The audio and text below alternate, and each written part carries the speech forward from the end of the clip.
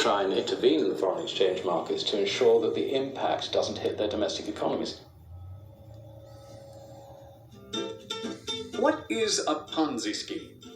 A Ponzi scheme is a fraudulent investment scheme that promises high returns for investors with little or no risk. Sounds too good to be true, right? That's because it is.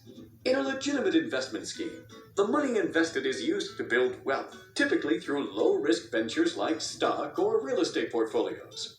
Over time, this generates enough income to pay the investor back their initial investment plus some profit. A Ponzi scheme, on the other hand, promises massive returns quickly. How does it accomplish this?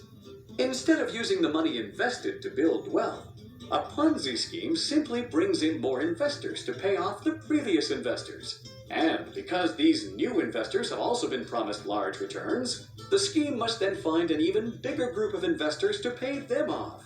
All the while, the creators of the scheme are skimming cash from each group of investors. Because a Ponzi scheme doesn't generate any wealth itself, it must constantly bring in larger and larger groups of investors to keep functioning.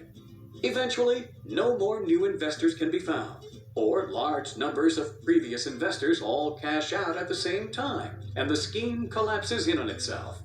By this time, the perpetrators of the scheme have siphoned off tremendous amounts of money for themselves, while the investors are left out of pocket and out of luck.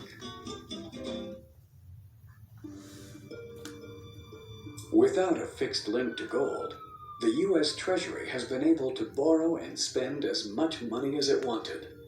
When the U.S. government needs money, it takes out a loan with the Federal Reserve.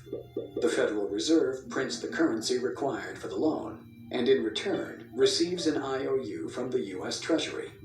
These IOUs are called government bonds. With the money provided from these loans, or bonds, the U.S. government pays its bills and obligations. Meanwhile, the U.S. Treasury and the Federal Reserve work closely together to sell these bonds at auction, where foreign central banks, pension funds, and even individuals buy these U.S. government loans. And why wouldn't they? Loaning money to the U.S. government is virtually a risk-free investment. But if the loans are spent on bills and paying off previous loans, where does the government get the money to pay back the current loan and the interest that is charged on it? Is investing in a U.S. government bond simply one small part in a giant Ponzi scheme? The Federal Reserve System is definitely a Ponzi scheme. There's no question about it. They go through the appearance of lending money to the governments, and the governments agree to pay back the money plus interest. And so this money comes into being, and they create it just for that purpose. They give it to the governments. Didn't exist before that, you understand. Central banks just make it out of nothing and click a few keys on a keyboard of a computer, and the Treasury of the United States government now has another $1 trillion that it can spend. That's where that money came from. And so that creates a liability on the part of the federal government to pay it back, plus interest. Now think about that, plus interest. Well, when it comes time to pay it back, plus the interest, they can't pay it back, and they certainly can't pay it back plus interest too. So what they do is they borrow more to cover the original loan plus the interest, and then by that time Congress wants more money anyway. So the debt just keeps going up and up and up and up. Under the current monetary system, we borrow all of our currency into existence, and we promise to pay it back plus interest.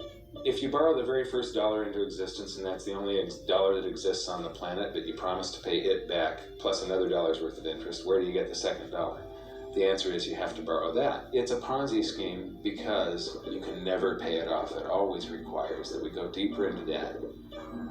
Since 1971, the United States has been running trade deficits with the rest of the world, meaning we've been buying a lot more products from the rest of the world than they have been buying from us. The Japanese and Koreans sell us cars and electronics. The Middle East sells us oil. And the Chinese sell us seemingly everything on our Walmart shelves.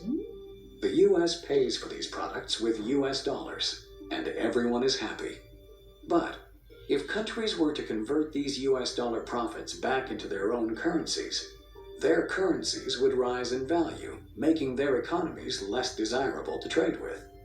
Instead, Countries invest their dollar profits by buying U.S. government bonds. So countries around the world sell their goods to the U.S. in exchange for U.S. dollars, which have been borrowed through the Federal Reserve, creating IOUs. And countries then loan their U.S. dollar profits back to the U.S. by buying more IOUs. The money from these loans